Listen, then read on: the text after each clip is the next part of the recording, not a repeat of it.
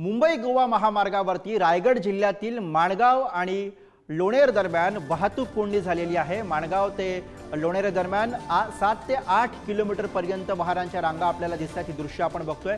गणेशोत्सवासाठी मुंबईतनं कोकणाकडे लाखोंच्या संख्येने चाकरमानी निघालेले आहेत आणि त्याच दरम्यान ही वाहतूक कोंडी रायगडमध्ये समोर येते।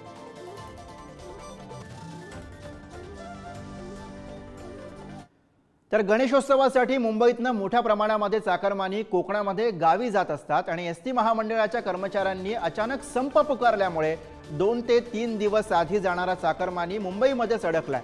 काल रात्री संप मागे घेण्यात आला असला तरी सुद्धा अनेक चाकरमानी अजूनही मुंबईतच आहेत। कुर्ला नेहरू नगर एसटी डेपोमध्ये अनेक प्रवासी बसेस सुटत नसल्यामुळे सकाळपासूनच या ठिकाणी बसलेले आहेत।